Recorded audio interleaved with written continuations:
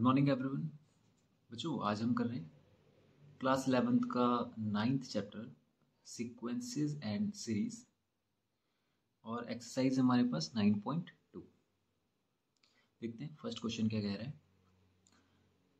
Find the sum of odd integers from 1 to 2001।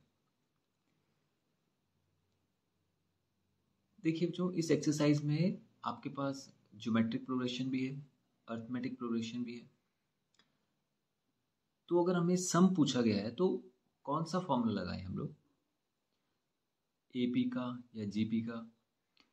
तो सबसे पहले आप क्या करेंगे कि जो गिवन इंफॉर्मेशन है उसको डिकोड कर लें, यानी उसको डिटेल में यहाँ पे लिख दें। इससे आपको थोड़ा सा आइडिया आ जाएगा। देखिए, जैसे हमसे पूछा गया है कि 1 से लेकर 2001 तक के जितने ऑड इंटीजर्स हैं उनका सम बताना है आपको। तो शुरू करेंगे कहाँ से, 1 से, यानी वो पहला नंबर होना चाहिए 1। उसके बाद 2 तो इवन होता है, फिर कितना आ जाएगा हमारे पास 3, उसके बाद 5, उसके बाद फिर 7 एंड सो ऑन, ऐसा चलते चलते। और ऑड बोला है और 2001 भी ऑड होता है, तो लास्ट टर्म हमारे पास आ जाएगी 2001। अब देखेंगे ये नंबर्स का जो पैटर्न है, क्या ये एक पर्टिकुलर फॉर्मेट में है। देखिए आप, इसमें 2 का गैप है। देखिए 1 + 2 होता है 3, 3 + 2 होता है 5, फिर 5 + 2 7, 7 + 2 9 आएगा, फिर 11 आएगा। तो आप देख रहे हैं एक पैटर्न में चल रहे हैं ना ये। तो इट मीन्स ये एक ऐसे पैटर्न में जिसमें सीरीज प्लस से या माइनस से जुड़ी हो। मतलब जैसे यहाँ पे +2 कर रहा हूँ मैं, मल्टीप्लाई बाय 2 तो नहीं कर रहा हूँ, ठीक है। तो अगर +2 से जुड़ी है या -2 से जुड़ी है, यानी ऐसा भी हो सकता था 1 - 2 3 फिर -2 फिर -2। तो अगर ऐड या सब्ट्रैक्शन से जुड़ी है तो उसको कहते हैं हम लोग एपी, यानी अर्थमेटिक प्रोग्रेशन।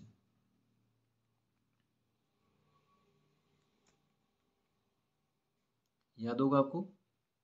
थोड़ा सा इसका ओवरव्यू कर लेते हैं हम लोग। अर्थमेटिक प्रोग्रेशन क्या होती थी, एक ऐसी सीरीज जिसमें नंबर्स कुछ इस तरह से जुड़ते थे। जैसे मैं 2 + 3 करता हूँ तो 5 + 3 8 11 14 17, ऐसे करके।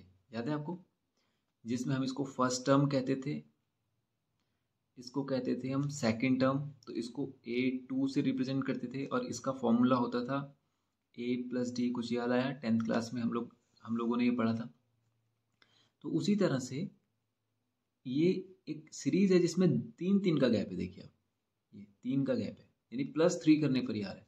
ये ऐसा भी हो सकता था, जैसे देखिए 17 के बाद आता 14 के बाद 11 के बाद 8 के बाद 5 के बाद 2, ऐसा भी चल सकता था। तो आप देख रहे हैं यहाँ पे सीरीज घट रही है। तो मतलब इनका डिफरेंस कितना है, 3 का ही है, लेकिन डिफरेंस के लिए किसी भी टर्म से उसकी पिछली टर्म को माइनस करते हैं। यानी डी जो होता था वो होता था 14 - 17, आगे वाली टर्म से उसकी पीछे वाली टर्म को माइनस करेंगे। तो यहाँ पे आ गया -3। यहाँ पे अगर आप माइनस करते तो 5 - 2 बनता हमारा कितना, 3। दिख रहा है आपको, इसको कहते हैं डी। तो इस सीरीज में D +3 था, इस सीरीज में D -3 है। ये आपको पता है। इसको AP कहते थे, कुछ याद आया होगा आपको। फर्स्ट टर्म हमारा A कहलाता था, इनके बीच का डिफरेंस जो होता था वो D कहलाता था, और जो लास्ट टर्म है ये हमारा कहलाता था L। लास्ट टर्म को क्या कहते थे हम लोग, L कहते थे, या इसको AN से भी रिप्रेजेंट करते थे। अब इसमें कुछ फॉर्मूलाज होते थे बच्चों, 2 फॉर्मूलाज होते थे मेनली, कि एन का मतलब, अगर जैसे मैं आपको इसी सीरीज में आगे की कोई टर्म निकालने के लिए बोलूँ, जैसे ये 1 2 3 4 5 6 7, तो ये तो चौथी टर्म है। वैसे ही मैं आपसे बोलूँ कि इसकी 50वीं टर्म निकालो, 50 पोजीशन पे जो टर्म होगी वो निकालो, तो उसको निकालने का फॉर्मूला होता है किसी भी टर्म का वैल्यू, या आप ऐसे बोल सकते हैं किसी भी टर्म को निकालने का जो फॉर्मूला है वो है A + n - 1 × D। ठीक है, तो वहां से इसमें वैल्यू रखेंगे तो आपका फॉर्मूला आ जाएगी, वैल्यू आ जाएगी। ओके,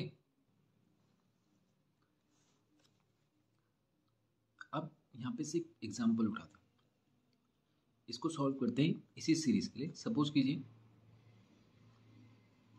इस सीरीज में अगला टर्म क्या होने है, ये यहाँ पे से आप बता दो सकते हैं, पर हम इस फॉर्मूले में रख के वैल्यू निकालते हैं। देखिए जैसे आपको पता तो चल ही गया होगा 1 3 5 7, उसका अगला वाला टर्म क्या होगा। तो देखिए फॉर्मूले से कैसे आएगा, ए की जगह पे आप रखेंगे 1, एन आपको 1 2 3 4 5th टर्म निकालना है, तो एन की जगह पे आ जाएगा 5, डी है हमारे पास 3 - 1 2, तो 1 + 4 × 2, 1 + 8 = हो जाएगा 9। तो अगला टर्म क्या आना था 9। अब देखिए 1 3 5 7 9, अगला वाला 9 ही आना था। तो असल में जो ए एन होता है ये किसी भी टर्म को निकालने का एक फॉर्मूला है। ओके, अब इसमें दूसरा फॉर्मूला होता है बच्चे, वो होता है sum of N terms. Sum of N terms, इसका मतलब अब आपसे पूछेगी ये जो सीरीज आपको दिख रही है इन सब को जोड़कर कितना आना चाहिए, उसके लिए फॉर्मूला हम लगाते हैं। हम ऐसे नहीं कर सकते 3 + 1 4 + 5 9, ऐसे हम कहाँ तक चलेंगे 2001 तक। तो हमारे पास डायरेक्ट जो फॉर्मूला है वो होता है sum of N terms, n/2 2a + n - 1 × d। और अगर आपके पास लास्ट टर्म गिवन है, जैसे यहाँ पे हमें लास्ट टर्म गिवन दे रखी है, तो हम करेंगे n/2 a + l, ये फॉर्मूला लगा देंगे तो आपका सम आ जाएगा। ओके, अब यहाँ पर देखिए बच्चों हमने सारी टर्म्स पढ़ ली। ए किसको कहते हैं फर्स्ट टर्म को, डी कहते हैं इनके डिफरेंस को यानी कितने का फर्क है इसमें, और एल कहते हैं लास्ट टर्म को, ए एन कहते हैं किसी भी टर्म की वैल्यू को, एस एन होता है हमारे पास सम ऑफ जितनी टर्म्स निकालनी है, जितनी टर्म्स का सम चाहिए उसको एस एन से रिप्रेजेंट करते हैं, और एन होता है नंबर ऑफ टर्म्स, जैसे 1 2 3 4 5 6 यानी कितनी टर्म्स इस सीरीज में होंगी वो एन से रिप्रेजेंट करेंगे। ओके, अब देखेंगे, अब आ जाते हैं अपने क्वेश्चन पे वापस। हमें बोला गया था कि 1 से लेकर 2001 तक आपको सम निकालना है पूरी सीरीज का। तो जैसे ही हमने सीरीज बनाई हमें दिख गया कि ये तो एक एपी है, तो हम एपी का ही सम लगाएंगे। तो एपी के सम के लिए फॉर्मूला क्या होता है n/2 2a + n - 1 × d। अब आपको यहाँ से बच्चे ए तो पता है फर्स्ट टर्म है, डी भी आपको पता है डिफरेंस है आपके पास, लेकिन आपको एन का वैल्यू नहीं पता। तो बिना एन के हम सॉल्व नहीं कर पाएंगे, तो पहले उसके लिए हम एन की वैल्यू निकालते हैं। एन कैसे आएगा, देखिए ये वाला टर्म देखिए, ये लास्ट टर्म है। लास्ट टर्म का फॉर्मूला क्या होता है a + n - 1 × d, वही होता है जो ए एन का होता है। कैसे, आप देखिए ये लास्ट टर्म है, लेकिन ये कोई ना कोई टर्म तो होगी। सपोज कीजिए ये 500 पोजीशन वाली टर्म है, तो भले ये लास्ट टर्म है, लेकिन ये अगर मैं इसको नंबर के हिसाब से काउंटिंग पे रखूं तो ये भी किसी न किसी नंबर पे तो आएगी, तो इसको ए एन से रिप्रेजेंट कर सकते हैं। लास्ट टर्म का फॉर्मूला और ए एन का फॉर्मूला एक हो सकता है, एक ही होगा मतलब, ठीक है। तो लास्ट टर्म ए एन हो जाती है, लेकिन इसका ये मतलब नहीं है कि सभी ए एन लास्ट टर्म होते हैं। आप समझ रहे हैं ना कि ये लास्ट टर्म है और ए एन भी बोल सकते हैं, लेकिन ये ए एन है, लेकिन इसका मतलब नहीं कि ये लास्ट टर्म भी है। ये लास्ट टर्म नहीं है, दिख ही रहा होगा आपको, ये नहीं है, इसके बाद भी एक और टर्म है। तो ये लास्ट टर्म और ए एन दोनों हो सकती है। तो फॉर्मूले में वैल्यू रखते हैं, ए हमारे पास है 1, एन हमें नहीं पता, डी हमारे पास है 2, और एल का वैल्यू गिवन था हमें 2001। ठीक है, तो ये जाएगा 2001, इस 1 को मैं इधर ले जा लेता हूँ, माइनस और ट्वाइस ऑफ n - 1, तो ये हो जाएगा 2000 = ट्वाइस ऑफ n - 1। 2 से 1000 टाइम्स कैंसिल हो जाएगा, तो n का वैल्यू कितना आ जाएगा 1000, और ये 1 इधर जाके प्लस हो जाएगा, +1 = 1001। तो n हमारे पास आ गए कितने 1001, यानी ये जो यहाँ से यहाँ तक ऑड नंबर्स हैं ये कितने हैं काउंटिंग में 1001 है। ओके, तो यहाँ पे अब n का वैल्यू रख देंगे 1001/2। और मैंने आपको कहा था बच्चों, अगर आपके पास लास्ट टर्म गिवन हो तो आप ये वाला फॉर्मूला लगाएं, a प्लस एल वाला। तो हमारे पास लास्ट टर्म है तो मैं सीधा इसको a प्लस एल वाले फॉर्मूले से रख देता हूँ। एल के हमारे पास 2001, तो ये आ जाएगा 1001/2 और 2001 और 1 हो जाएगा 2002। 2 से कैंसिल करेंगे, 2 1 2 0 0 1, तो ये हो जाएगा 1001 इंटू 1001। सॉल्व करके हमारे पास आंसर आएगा इसका कितना, इसको सॉल्व करते हैं। यहाँ पे मैं इसको सॉल्व 10020001, ये आ गया सम ऑफ कितना, एन की जगह अब हम क्या लिखेंगे 1001 टर्म्स का सम। ठीक है, आपको ऐसा जरूरी नहीं है, मतलब आप ऐसे भी बोल सकते हैं सीरीज का जो सम था ये। ओके, तो ये हो गया हमारा क्वेश्चन 1 इसका कंप्लीट। अब करते हैं क्वेश्चन नंबर 2। क्वेश्चन कह रहा है find the sum of all natural numbers between 100 and 1000। आपको सम निकालना है उन नंबर्स का जो 100 से लेकर 1000 के बीच में हो और जो 5 के मल्टीपल हो। यानी आपको सबका सम नहीं निकालना, केवल जो 5 के टेबल में आते हो उन नंबर्स का सम निकालना है। और कंडीशन है कि वो 100 से लेकर 1000 के बीच में होनी चाहिए। ठीक है, अब देखो बच्चों, इसमें इंपॉर्टेंट जो चीज़ है वो क्या है, जैसे आप देखेंगे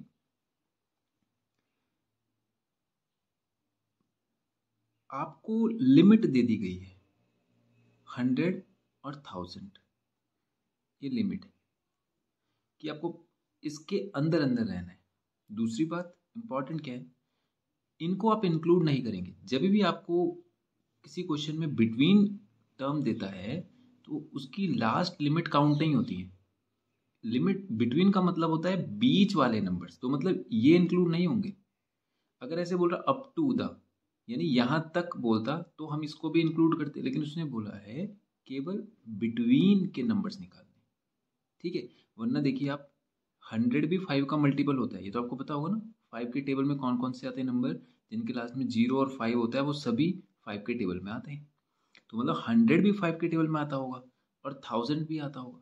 तो क्या जब मैं अपनी एपी बनाऊं तो 100 को उसमें इंक्लूड करूं।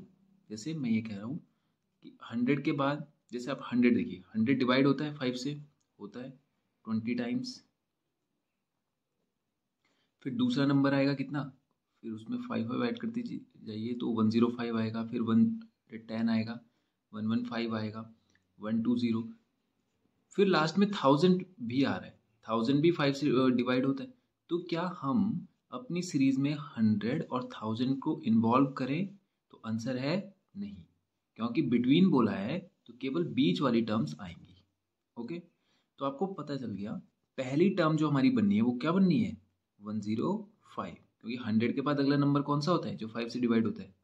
101 नहीं होगा, 102 भी नहीं होगा, 3 भी नहीं होगा, 4 भी नहीं होगा, सीधा 5 होगा।